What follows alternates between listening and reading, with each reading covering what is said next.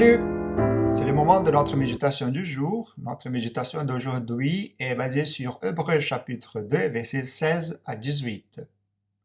En effet, assurément, ce n'est pas des anges qui lui viennent en aide, mais bien à la descendance d'Abraham.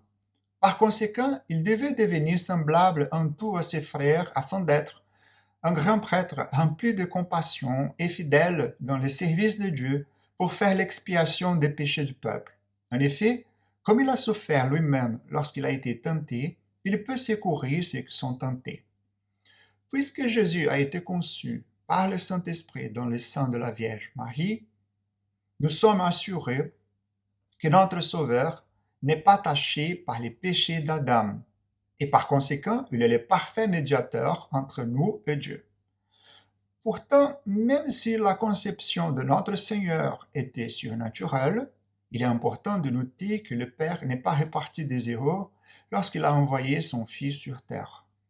C'est-à-dire, Dieu n'a pas créé un nouvel homme de la poussière de la terre comme il l'a fait quand il a créé Adam.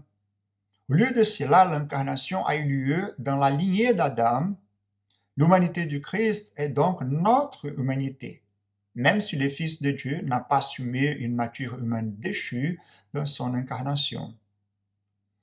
Jésus est connecté génétiquement et expérientiellement au reste des enfants d'Adam, bien qu'il ne soit connecté de manière salvifique que ceux qui mettent leur foi, leur confiance en lui seul.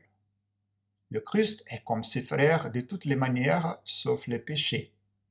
Il possède tout ce qui est nécessaire pour être vraiment humain et expérimenter ce que signifie être un être humain qui dépend entièrement du Père. Contrairement à ses frères et sœurs déchus, qui ont rejeté cette dépendance en Adam, Jésus n'a jamais cherché à vivre de façon indépendante du Père. Cela est resté vrai même lorsque Satan a promis à Christ des récompenses fantastiques dans l'espoir qu'il choisirait la même autonomie qu'Adam a choisi. On peut trouver cela dans Matthieu 4, versets 1 à 11. Les ramifications de ces choix sont énormes, comme l'explique l'auteur d'Hébreux dans ces deux versets. Exister comme l'un de nous et résister à la tentation a permis à Jésus de faire l'expiation pour son peuple et de détourner la colère de Dieu. De plus, en prenant notre nature et en supportant la tentation, Jésus nous a précédés dans la bataille contre le mal pour nous montrer que compter entièrement sur Dieu est la seule façon de combattre le péché. Dans son humanité, il a également acquis une connaissance expérientielle de la tentation qui lui permet de sympathiser avec nous dans nos faiblesses et en tant que médiateur de nous donner ce dont nous avons besoin à partir de sa personne, en sa personne, pour nous fortifier contre le mal.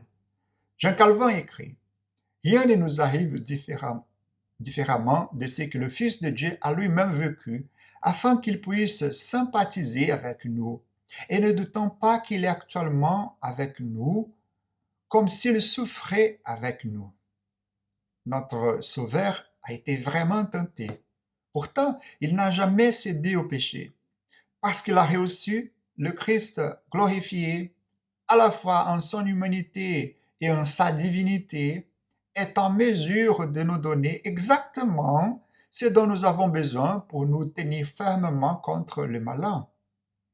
Nous sommes unis au Christ par la foi et nous bénéficions ainsi à la fois de sa divinité et de son humanité glorifiée.